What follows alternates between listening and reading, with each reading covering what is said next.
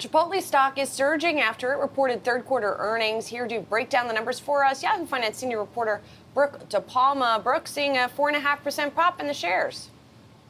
Yeah, Julie, shares jumped nearly 5%, even more than that after the company beat estimates, largely due to higher menu prices taken last year that were actually hugely beneficial when the cost of beef, as well as queso, as well as other food costs rose this past quarter. But shares moving higher after the company beat revenue growing 11% to $2.47 billion. That was in line with Wall Street expectations. Adjusted earnings per share also coming in higher than estimates.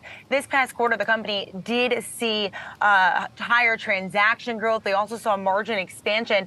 And Chipotle CEO Brian Niccol saying in a release that Chipotle's value proposition is stronger than ever as it really looks to position itself for long-term growth.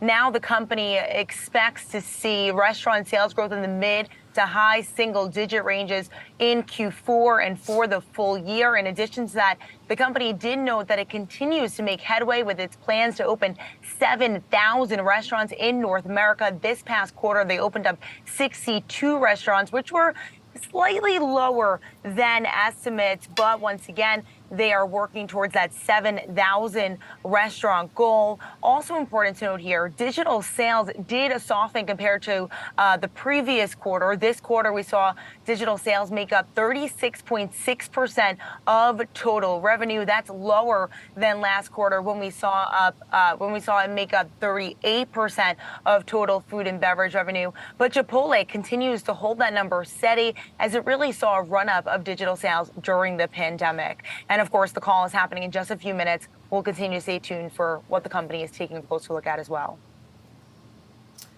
Brooke DiPalma, thank you for that